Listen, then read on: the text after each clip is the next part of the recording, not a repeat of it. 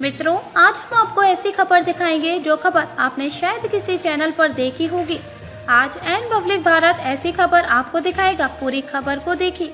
महिला के कारण नेहरू ने कराया देश का बंटवारा।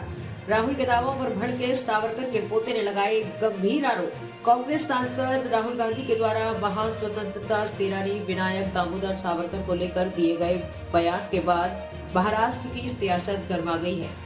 राहुल के दावों का वीर सावरकर के पोते रंजीत सावरकर ने खंडन करते हुए कहा, भारत के पूर्व प्रधानमंत्री पंडित जवाहरलाल नेहरू पर गंभीर आरोप लगाए गए हैं। उन्होंने कहा कि पंडित नेहरू एक महिला के लिए भारत का विभाजन करने के लिए सहमत हुए।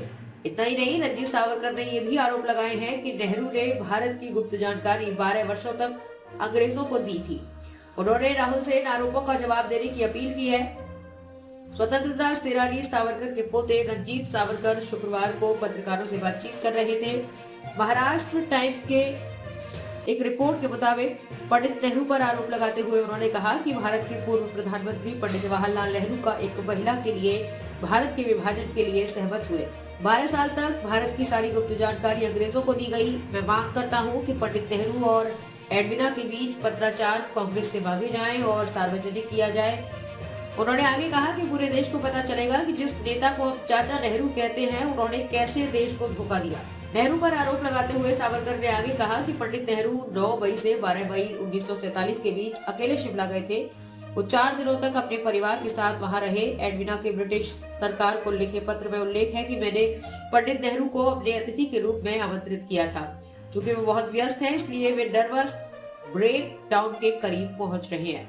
उन्होंने मेरे साथ 4 दिन बिताए। वो और मैं अच्छे दोस्त बन गए। ये दोस्ती लंबे समय तक चलेगी। सावरकर ने यह भी कहा कि एडविना ने कहा कि पंडित नेहरू मेरे काबू में आ गए हैं। सावरकर ने कहा कि ये पंडित नेहरू थे जिन्होंने माउंटबेटन को वायसराय नियुक्त किया था। उन्होंने कहा, बलवंत सिंह ने कहा था कि वायसराय होने के कारण पाकिस्तान में सेना नहीं भेज सकते।